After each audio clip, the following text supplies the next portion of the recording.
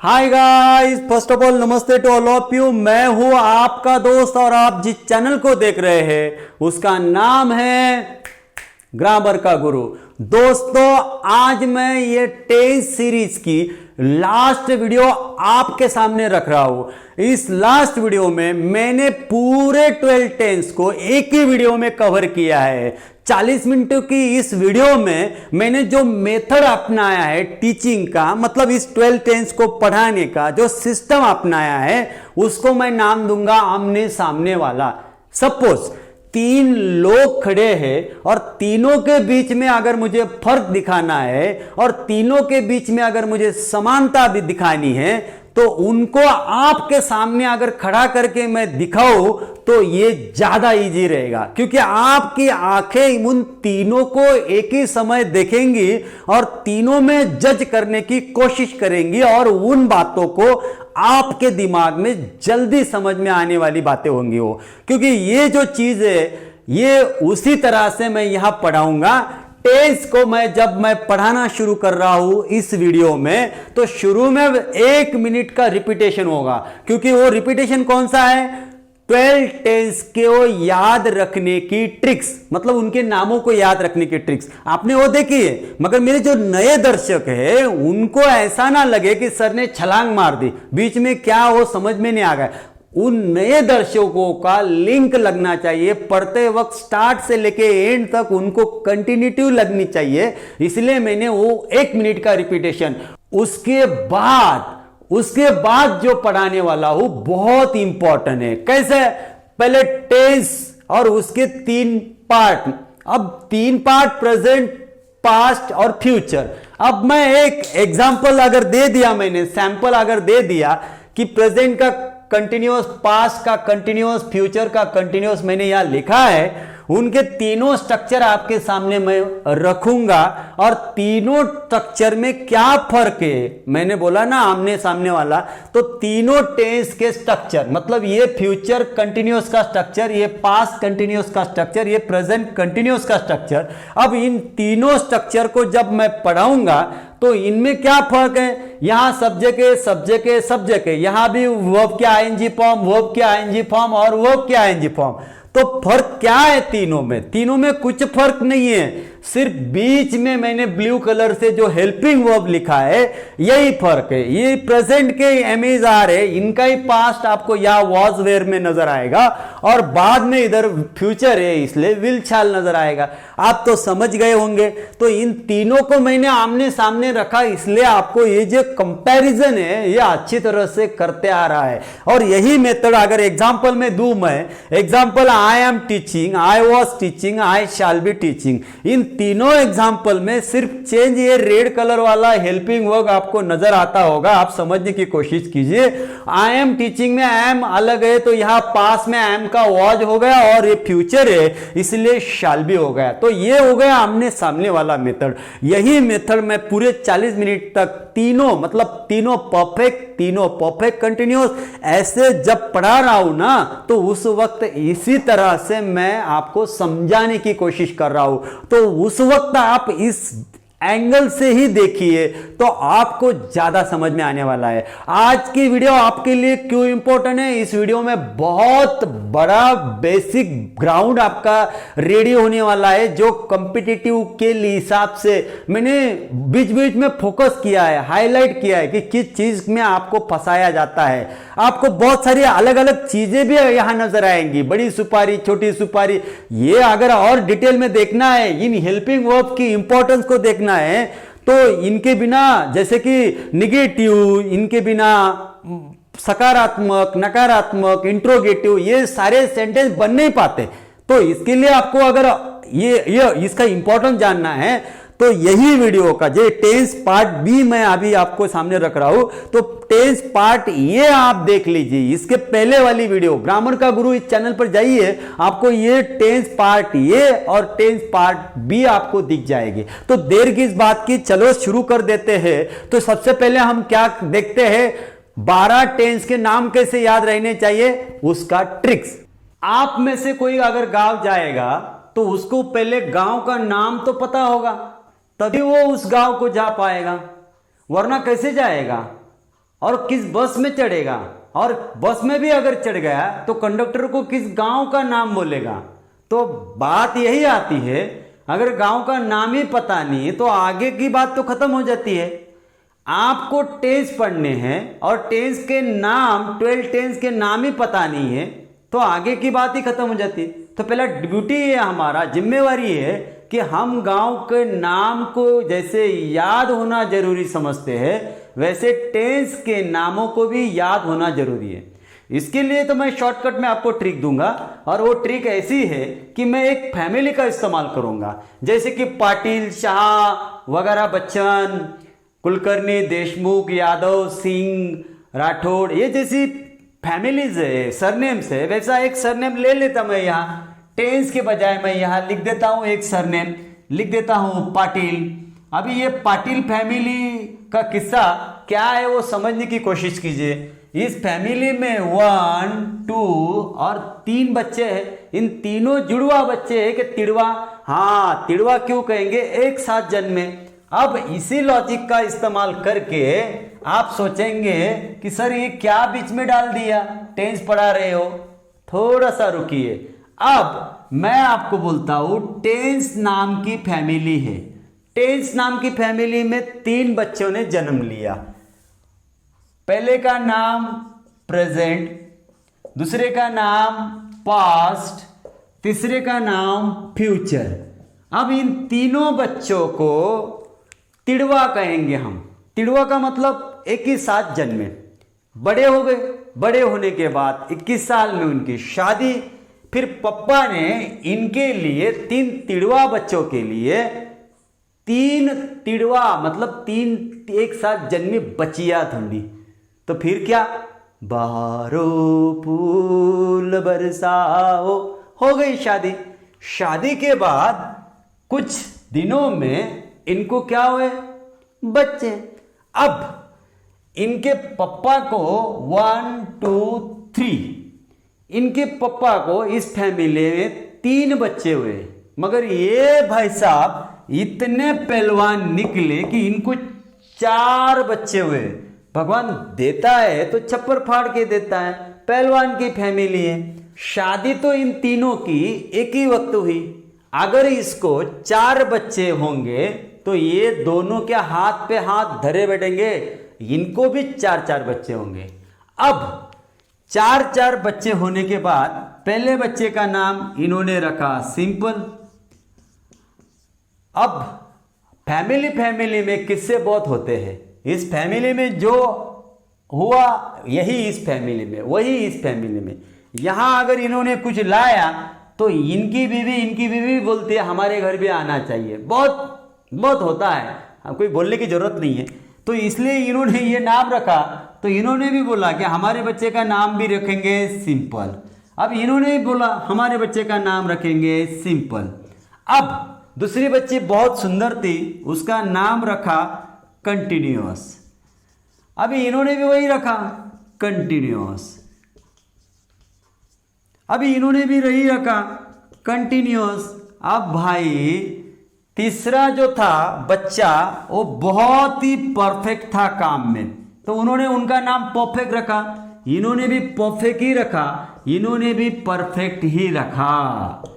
अब लास्ट जो बच्चा था वो सुंदर इस लड़की जैसा और काम में इस बच्चे जैसा। तो फिर इन तीनों पप्पाओं ने सोचा कि क्यों ना हम इनका कॉम्बिनेशन ही नाम रखते वक्त, मतलब चौथे बच्चे का नाम रखते वक्त इन दोनों का कॉम्बिनेशन करवा दे।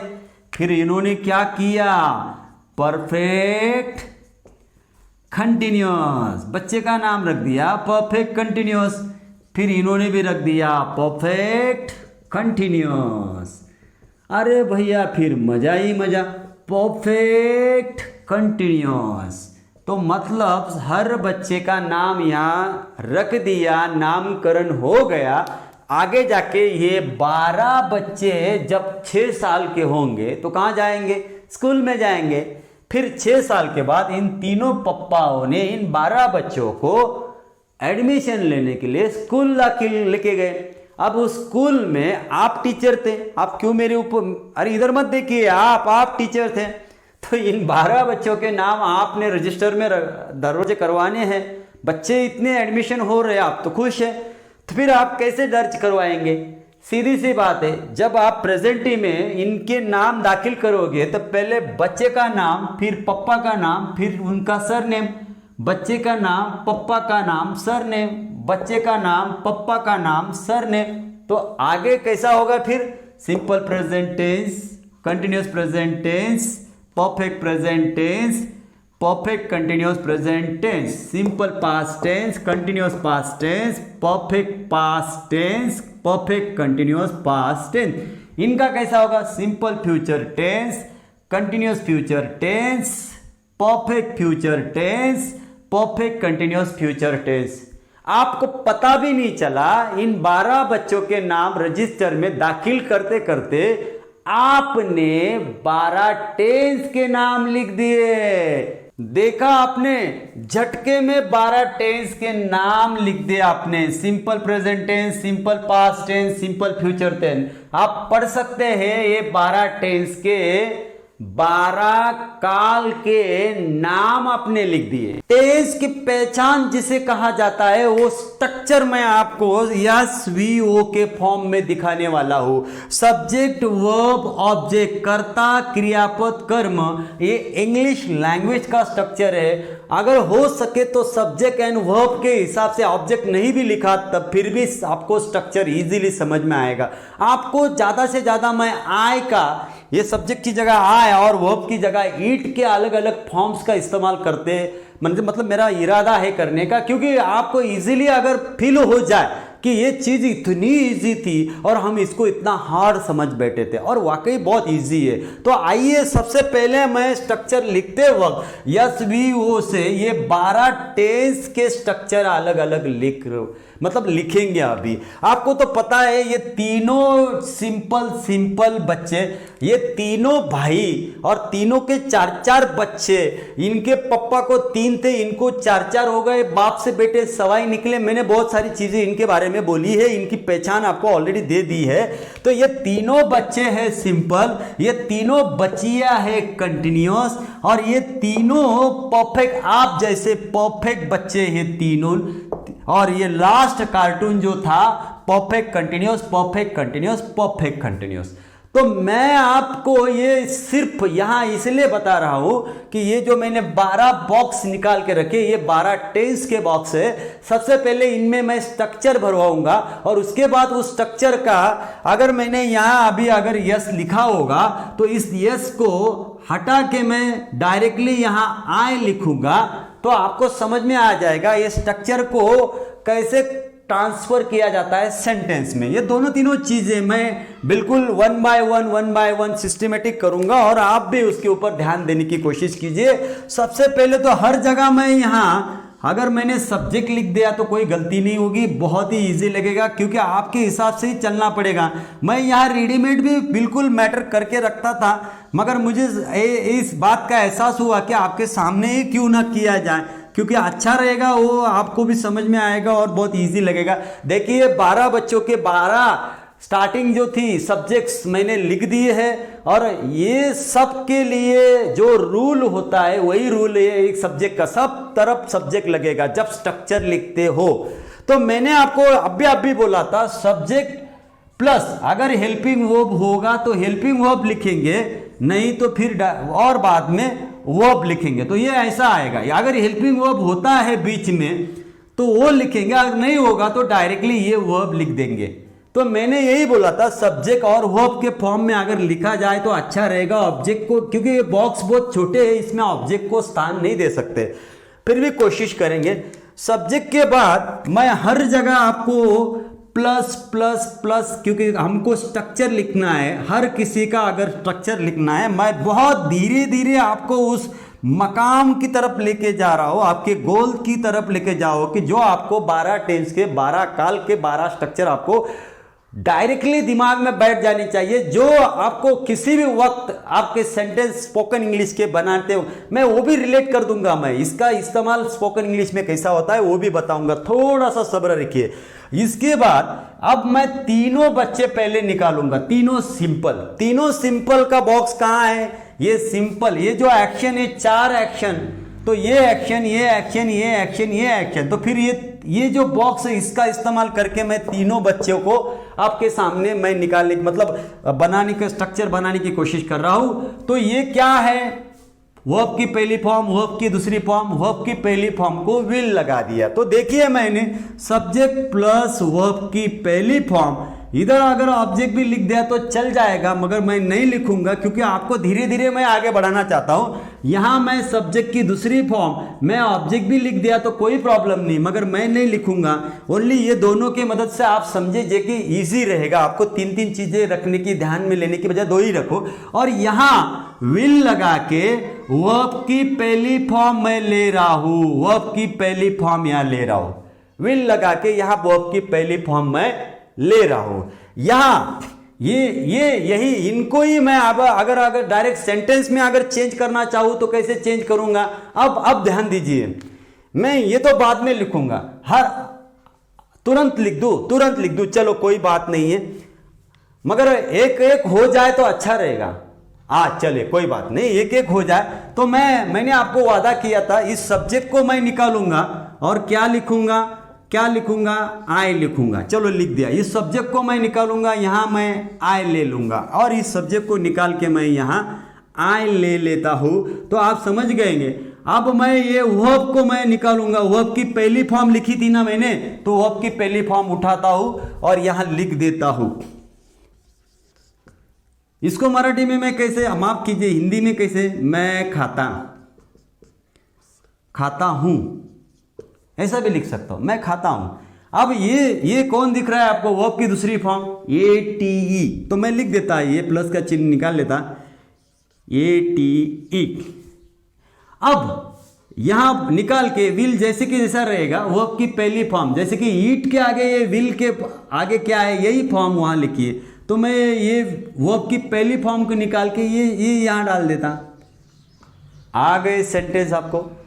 सिंपल प्रेजेंट टेंस का सेंटेंस आपने लिखा, सिंपल पास्ट टेंस का सेंटेंस लिखा, सिंपल फ्यूचर टेंस का सेंटेंस अपने खुद ने लिखा। इतना इजी होता है ये।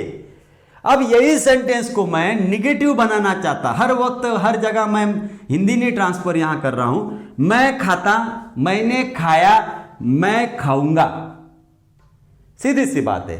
तो ईट का मतलब होता है खाता। यहां एक्शन घट चुकी है, यहां एक्शन आगे घटने वाली है और यहां एक्शन ऑलरेडी अभी घटी। अब समझ में आए, इसका अभी मैं क्या करना चाहता हूं, क्वेश्चन बनाना चाहता हूं या तो इसको निगेटिव बनाना चाहता हूं। पहले हम निगेटिव बनाएंगे, आई ईट का मैं निगेटिव बनाता हूं, वैसे के वैसा सेंटेंस है, यहां भी मैं यही रखता हूं और ये भी वैसे के वैसा सेंटेंस है।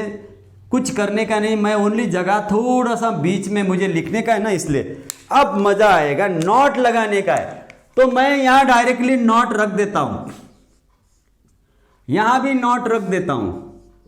आप बोलेंगे सर कुछ गड़बड़ हो रही हो रही ना, डरो ना। देखो ये निगेटिव करना है तो नॉट लगेगा, रख दिया मैंने नॉट। यहां अगर मैं अकेला नॉट रखूंगा तो चलेगा नहीं, यहां कोई साथीदार चाहिए, इसको हेल्प करने वाला चाहिए। तो हेल्पिंग वर्ब जो होगा ये मैं डू या डज लूंगा। अब ये डू और डज क्या है आपको समझाने की कोशिश करूंगा। डू और डज ये वर्ब की पहली फॉर्म है।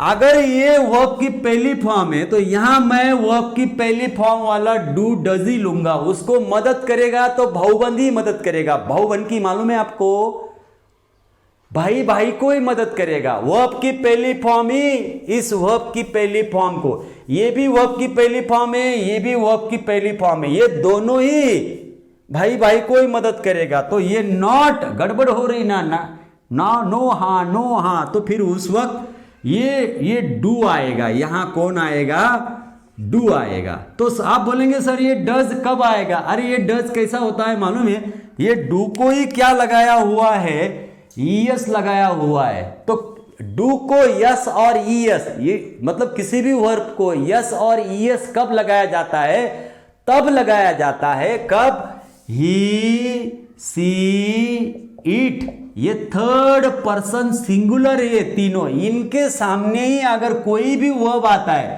कोई भी वर्ब आता है, ईट आया तो यहां यस लगेगा, ईट आया तो यहां यस लगेगा। आप समझ रहे हैं ना? तो मैं वही बोल रहा हूं, यस और ईएस लगा है, ये भी डू ही है मगर इसको ईएस लगा है। तो यस और ईएस सिंगुलर प्लूरल वाला मामला है।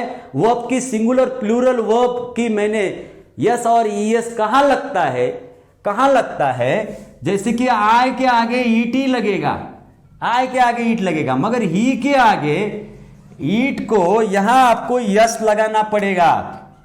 देखो दुल्हन वही है, दुल्हन वही है, ये ही के सामने ये घूंघट ले रही है यस का, यही है। औरत वही रहती है, लड़की वही रहती है, ससुराल में घूंघट लेती है और मैं मतलब घर पे मैके में वो बिना घूंघट के रहती है, उसमें कोई बदल नहीं होता। टेंस एक ही है, वर्ब की पहली फॉर्म, वर्ब की पहली फॉर्म, फिर भी यस को यहां लगाए तो ये ही, ये किसके किसके सामने घूंघट लेती है? तो ये थर्ड पर्सन सिंगुलर है। कौन कौन? आपको मैं लिख देता हूं, आपको समझ में आ जाएगा, आपको समझ में आएगा। ही, सी, इट, इन तीनों लोगों के सामने जब क्रियापद कोई भी आएगा, वर्ब की पहली फॉर्म आएगा तो उसको हर को यस या ईएस लगेगा।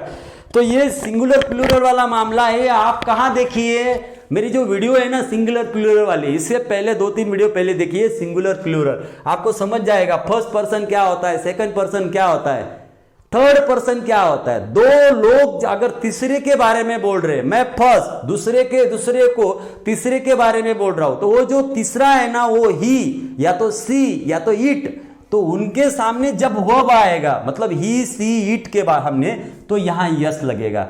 सिंपल सा फंडा है, ये समझने की कोशिश कीजिए।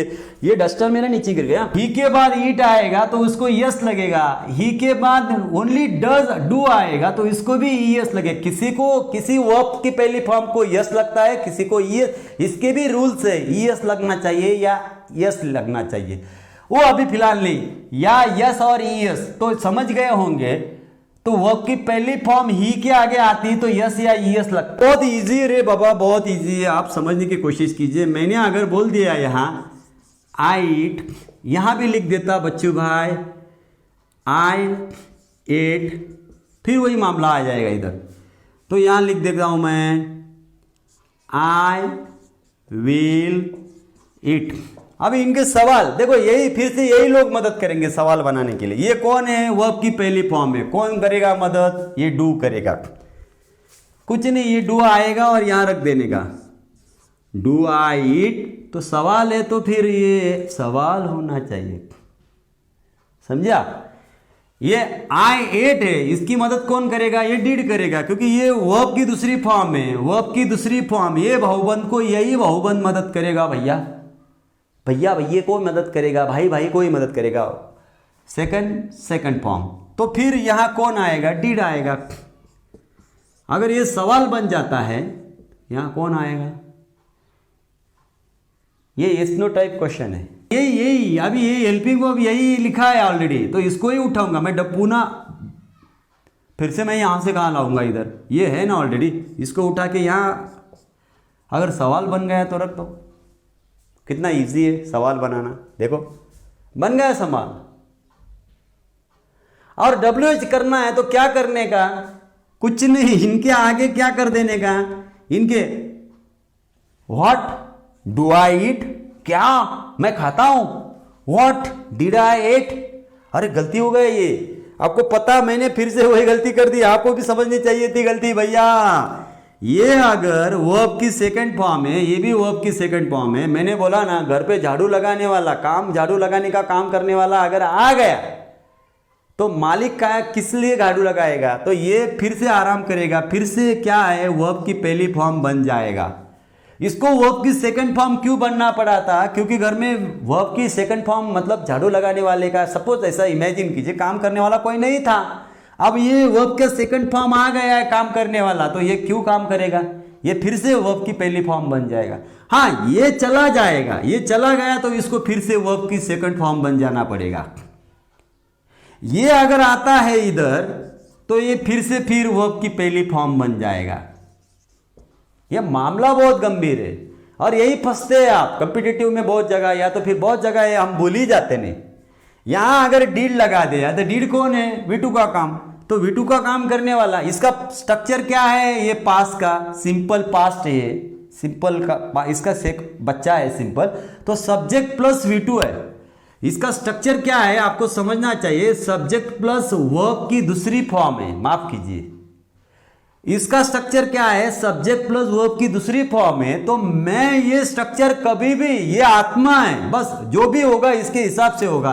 तो मैं अगर I ate लिखूंगा तो कोई प्रॉब्लम नहीं, सब्जेक्ट प्लस वर्ब की दूसरी फॉर्म। जब मैं यहां एंट्री दे दूंगा डिड को, तो वर्ब की दूसरी फॉर्म का काम ये अगर करने लग गया, I भी है, तो फिर से मैं ate नहीं लिख सकता, क्योंकि ये वर्ब की दूसरी, ये तो ऐसा हो गया एक फूल दो माली, अरे झगड़े हो जाएंगे, है ना, एक फूल दो माली, हाँ ऐसा नहीं चलेगा। तो समझ गए ना, एक फूल दो माली, तो ये इधर से वो उधर से, बीच में बेचारे का तो इसलिए इसको समझ गए। और ये तो बहुत ईजी है। अब ये मैंने पहला आपको सवाल बना के दिखाया सब। यहां भी मैंने अगर WH वर्ड, जैसे कि what did I eat, what, when did I eat, कब मैंने खाया, व्हेन विल आई ईट, मैं कब खाऊंगा, तो व्हेन आ गया ना, तो यहां व्हेन लगा दिया, यहां व्हेन लगा दिया, यहां व्हेन लगा दिया, तो WH मतलब डबल इंट्रोगेटिव बन गया।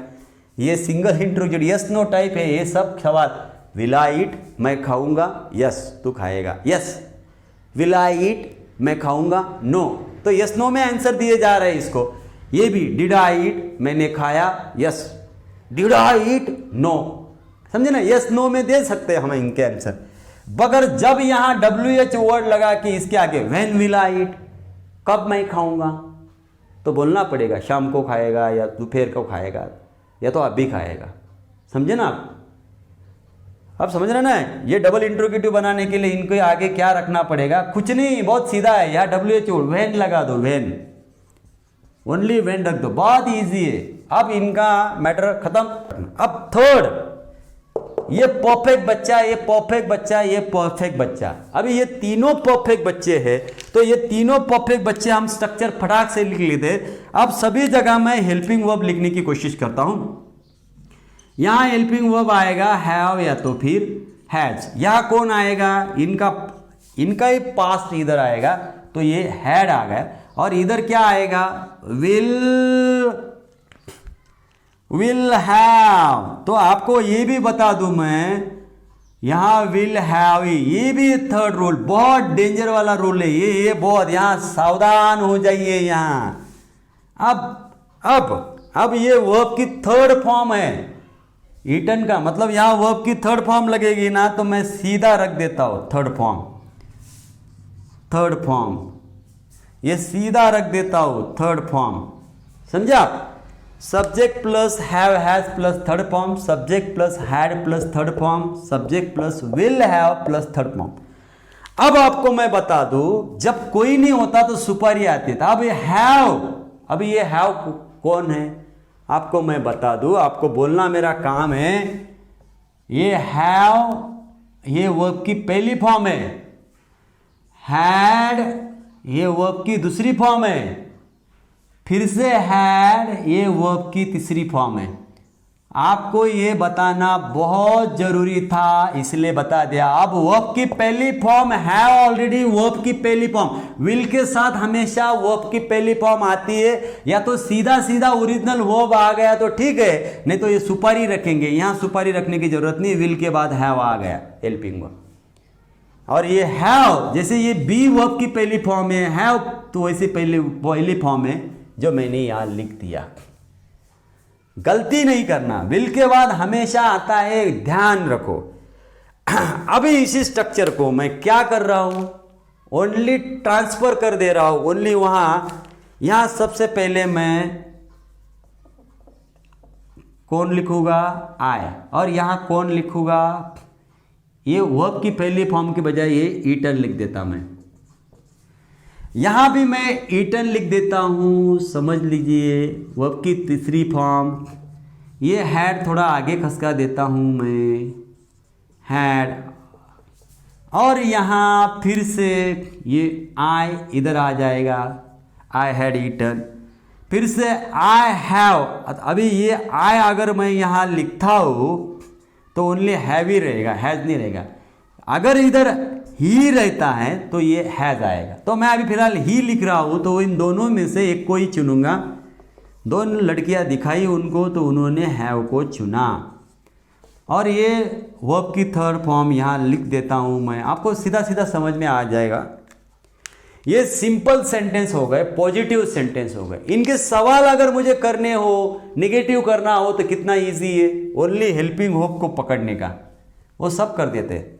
अगर मैंने इसका सवाल बनाना चाहा तो पहले मैं ये क्वेश्चन मार्क इधर लगाऊंगा, इधर भी क्वेश्चन मार्क लगाऊंगा, इधर भी क्वेश्चन मार्क। अब सवाल बनाना मेरा काम है, कुछ नहीं, इस विल को ओनली विल को, यहां भी बी को नहीं उठाया था, विल को ही उठाया था। तो जैसे ये विल उठाया और यहां पटक दिया, और ये आय वैसे के वैसा है। ओनली ये विल यहां रखूंगा, आय के उधर या तो फिर इधर, बस ये हो गया सवाल। विल आई हैव ईटन, मैं खा चुका होऊंगा। विल आई हैव गॉन, मैं जा चुका होऊंगा। विल आई हैव डांस, मैं नाच चुका होऊंगा। ऐसा। अब ये हैड यहां से उठाऊंगा, ओनली इधर फटाक से रख दूंगा। हैड आई ईटन, मैं खा चुका था। हैड आई डांस्ड, मैं नाच चुका था। हैड ही गॉन, वो जा चुका था। हैड ही गॉन, वो जा चुका था। समझे, सवाल बना रहा। बस इसी हैव को उठाओ, इधर रखो। हैव आई ईटन, मैं खा चुका हूं। हैव यू ईटन, तुम खा चुके हो। हैज ही गॉन, वो जा चुका है। तो हैव है, था हैड, विल होगा। समझे? तो मैंने सिंपल सेंटेंस का सवाल बना के रखा और आपको दिखाया। अब सिंपल सेंटेंस फिर से बना लेता हूं और आपको क्या करके दिखाता हूं बच्चों, मैं निगेटिव बना के दिखाता हूं। बहुत इजी है सिंपल सेंटेंस का निगेटिव बनाना।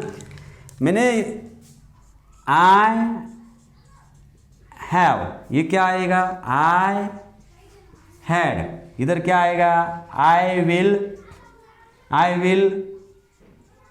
हैव। तो नॉट लगाने का है, हेल्पिंग वर्ब के बाद नॉट लगाओ। देखो मैं वहां एक गलती कर रहा हूं, आप पहचानो, अभी करूंगा मैं, वहां बोल के गलती कर रहा हूं।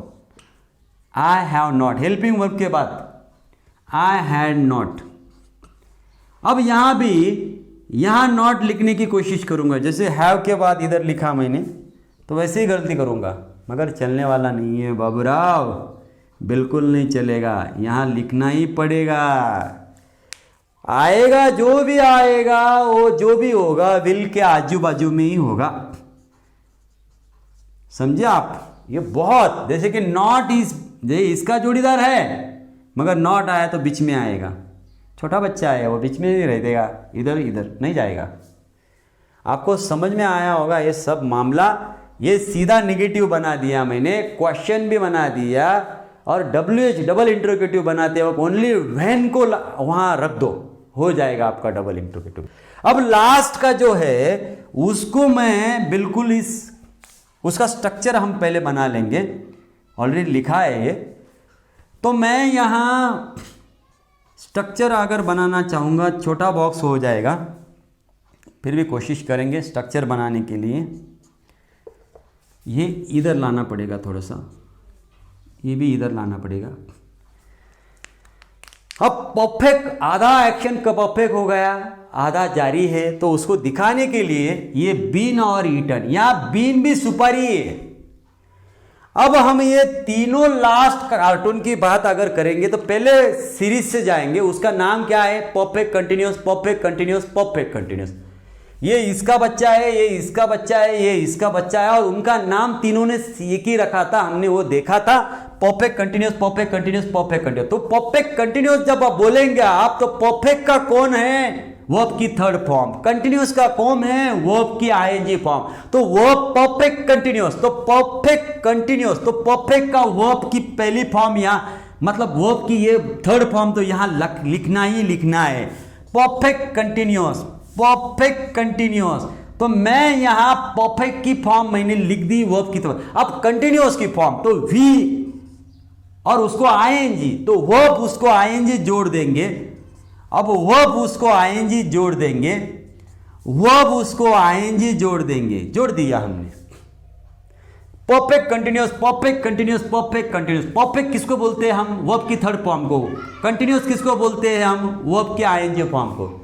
तो वर्ब की तीसरी फॉर्म वर्ब की आईएनजी फॉर्म, वर्ब की तीसरी फॉर्म वर्ब की आईएनजी फॉर्म, वर्ब की तीसरी फॉर्म वर्ब की आईएनजी फॉर्म, नाम ही है उसका परफेक्ट कंटिन्यूअस। अब मैं आपको यहां हेल्पिंग वर्ब हैव और हैज लेंगे, तो मैं अगर यहां लिखूंगा हैव या तो फिर हैज, जो सब्जेक्ट होगा उसके हिसाब से इन दोनों में से एक लड़के को चुना जाएगा। आई रहेगा तो हैव को चुनेगा, ही रहेगा तो हैज को चुनेगा। यहां ओनली एक ही लड़की है, कोई ऑप्शन नहीं। यहां भी विल और यहां रहेगा हैव।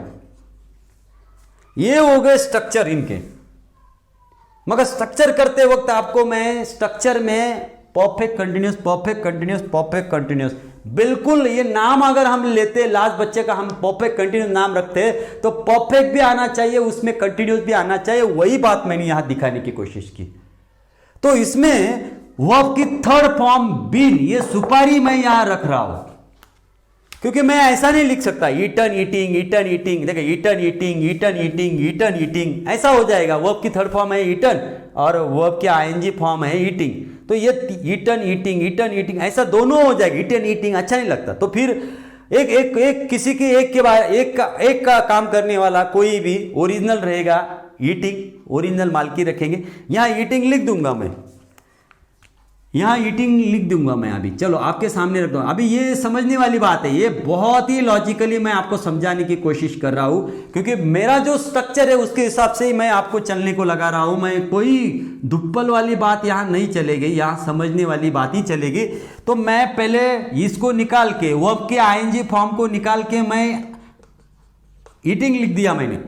अब मैंने वर्ब की थर्ड फॉर्म है ईटन अगर यहां लिखा तो क्या हो जाएगा? ईटन ईटिंग हो जाएगा। तो ऐसा नहीं करना हमको ओनली वर्ब का थर्ड फॉर्म का काम करने वाला सुपारी रखने का है यहाँ ओनली। तो ये बी नहीं, वर्ब का थर्ड फॉर्म है, तो ये वर्ब का थर्ड फॉर्म है और ये सुपारी मैंने यहां रख दिया। वो क्या, ये सुपारी कौन, किसके बारे में, किसके बदले में आ गई? ये वर्ब की थर्ड फॉर्म के बारे में आ गई। ईटन लिखने की बजाय मैंने ओनली बीन लगे। भाई ये भी वर्ब की थर्ड फॉर्म है, ये भी वर्ब की थर्ड फॉर्म है, मैंने बीन ईटन। तो हर जगह हमको यही करना है, वर्ब की थर्ड फॉर्म डायरेक्टली ईटन लिखने की बजाय बीन लिखना है। ये सुपारी है, क्योंकि हम लिख नहीं सकते, वो अच्छा नहीं लगता लैंग्वेज में बार बार एक ही का। आप समझ गए होंगे। अब यहां लास्ट में इसमें का बहुत महत्वपूर्ण पॉइंट बताऊंगा मैं आपको, समझना चाहिए उस पॉइंट को। ये टेंस तभी, ये तो इसमें और इसमें और इसमें, कंटिन्यूअस में और इसमें कोई फर्क नहीं नजर आता है, एक ही फर्क है। ये जब मैं हिंदी में सेंटेंस बताऊंगा ना, आप समझ में आएगा। कोई घटना जारी है, मगर कब से जारी है ये भी पॉइंट उसमें नोट किया जाता है। मतलब 10 बजे से काम कर रहा हूं, 12 बजे से पढ़ा रहा हूं, 4 दिन से पढ़ा रहा हूं, 10 दिन से पढ़ा रहा हूं। तो रहा हूं मतलब सुबह से, मतलब आधे घंटे से खा रहा हूं, तो मतलब अगर 5 मिनट से खा रहा हूं, तो 5 मिनट से खा रहा हूं, तो ये खा रहा मतलब कंटिन्यूअस एक्शन भी आ रहा है। तो ये चीज मतलब 5 मिनट से, उसमें किसी समय से ये काम हो रहा है, ये दर्शाने के लिए इसको दिखा। ये तीनों टेंस का इस्तेमाल वही किया जाता है। बहुत बहुत इंपॉर्टेंट है कॉम्पिटिटिव के हिसाब से। जनरली स्पोकन में ज्यादा आता नहीं। चलो मैं पहले सेंटेंस आपको दिखा देता स्ट्रक्चर के हिसाब से। अब मेरा ड्यूटी क्या है, मैं अभी ये काम कर रहा हूं, यहां है ना जानबूझ के ही ले रहा हूं, क्योंकि आपको ऐसा लगेगा ही अगर लिया तो हैज लेना चाहिए, आपको ऐसा लगेगा। मैं लेने वाला नहीं हूं, रियली हैव ही रखने वाला। आप बोलेंगे सर ये नहीं चलेगा, आप भी चुपचाप रहिए, आपका भी नहीं चलेगा। ये एक्सेप्शनल केस है। ही के बाद इधर अगर मैं विल लिखता हूं तो आपको यहां बिल्कुल ही क्या लिखना चाहिए था, ही के बाद हैज ही आता है तो मैं हैव लिख रहा हूं यहां। ये बहुत बहुत ऐसी चीजें, बहुत छोटी छोटी चीजें, ये माइनर बातें होती है मगर बहुत बड़ी प्रॉब्लम खड़ी करती है। तो हमको ये जानना ही जानना है, विल के बाद हैज होना चाहिए क्योंकि इधर ही है, फिर भी हैव लिख दिया। चुपचाप बैठो, सुनना ही पड़ेगा, ऐसा ही होगा, नो चैलेंज। उसके बाद इधर मैं ही, आप अब ही लिया उधर तो इधर भी ही ले लेते हम। तो यहां कौन लिखेगा, बिल्कुल बिल्कुल यहां हैड ही आएगा, यहां कोई चैलेंज नहीं। यहां अगर मैं ही आई लिखूंगा तो हैव लूंगा, अगर ही लिखूंगा तो बस किसकी कौन सी लड़की, हैज नाम की लड़की को चुनूंगा। हो गए, ये हो गया हमारा स्ट्रक्चर, ये हमारा स्ट्रक्चर हो गया। और इस स्ट्रक्चर में भी माफ कीजिए, मैंने स्ट्रक्चर को कन्वर्ट करके सेंटेंस बना दिया। एक साथ बहुत सारी बातों का ध्यान रखना पड़ता है, तब हमें समझ में आता है। ये धीरे धीरे होने वाली बातें, एक दिन में नहीं, मतलब एक मिनट में, एक क्षण में। ये तो वन शॉट वीडियो बना रहा हूं, कोई बात नहीं, मगर इसमें ये सारी बातें बड़े प्यार से, स्टोरियों से, लॉजिक लगाकर आपको मैंने पढ़ाने की कोशिश की। जैसे कि सुपारी की स्टोरी, आपको समझ रहा ना, जैसे कि तीन भाई, ये सारी बातें मैं क्योंकि बोर नहीं होना चाहिए। ये बार बार की प्रॉब्लम तो आपकी लाइफ में रहनी चाहिए, टेंस की टेंशन एक बार खत्म हो जाए आपकी लाइफ से, ये मैं चाहता हूं। इसलिए अलग अलग फंडे इस्तेमाल करके आप तक मैं ये टेंस को पहुंचाना चाहता हूं, ताकि आपकी पकड़ में आ जाए और आगे की सब प्रॉब्लम आपकी खत्म हो जाए। ये दिल से बोल रहा हूं मैं। अब ये स्ट्रक्चर हो गया, अब इसका निगेटिव बनाना हो तो आप कैसे बनाएंगे बोलो, बहुत सीधी सी बात है। निगेटिव बनाया ना, कुछ नहीं करने का, यहां नॉट रख देने का, यहां भी इसके बाद ही नॉट रखने का। यहां अगर हैड लिख दिया तो यहां नॉट रख देने का, यहां भी विल के बाद ही आएगा। गर्दी हो गई, यहां गर्दी हो गई, तो यहां जो आएगा ना नॉट, तो यही आएगा और इधर विल आएगा। मैंने बोला ना, विल को छोड़ के जाएगा ही नॉट। आप हर सेंटेंस को देख लीजिए, इधर भी विल के बाद ही आया, इधर भी विल के बाद, इधर भी विल के बाद ही नॉट आया। ये नेगेटिव सेंटेंस मैंने बना दिया। हेल्पिंग वो बहुत मदद करते हैं, वो हमेशा नॉट बनाने के लिए वगैरह वगैरह सब जगह मदद करते हैं। अब इनका सवाल भी बनाना बहुत इजी है, कुछ नहीं करने का, बस इस विल को उठाने का, विल को यहां आगे मियाँ को बीवी आगे कर देने का, मियाँ पीछे होगा, विल ही। तो यहां सवाल बनाना है तो फिर तीनों जगह क्वेश्चन मार्क रखना पड़ेगा। और ये हैज है तो ये हैज आगे आ जाएगा और ही पीछे आ जाएगा, हैज ही। तो ये हो गया सवाल, आप समझ लीजिए, बहुत इजी। ये भी हैड आगे आ जाएगा, ये हैड आगे आ जाएगा और इधर ही हो जाएगा। आप समझे आप इस बात को। तो ये हो गया सवाल, WH क्वेश्चन, डबल इंट्रोगेटिव। ये तो इंट्रोगेटिव हो गया, यस नो टाइप क्वेश्चन होगा। यहां ओनली व्हेन लगाने का, व्हेन, बहुत इजी। मैंने अभी तक लगाया नहीं था, अब लगा देता बस। When has he not been eating, when had he not been eating, when will he not have been eating. बहुत कठिन लगता है, मगर जब प्रैक्टिस हो जाती है ना तो ये सब बातें इजी लगने जाती है। तो आपको मैंने सिंपल कैसे बनाने का, उसी सेंटेंस का नेगेटिव कैसे बनाने का, उसी सेंटेंस का पॉजिटिव कैसे बनाने का, उसी सेंटेंस का इंट्रोगेटिव कैसे बनाने का, उसी सेंटेंस का डबल इंट्रोगेटिव मतलब WH क्वेश्चन कैसे बनाने का, ये सभी बातों को मैंने हाथ लगाया और बहुत ही मेहनत करके, बहुत मेहनत की मैंने ये समझाने की कोशिश की। उम्मीद करता हूं कि आपको ये सारा मामला समझ में आ गया होगा।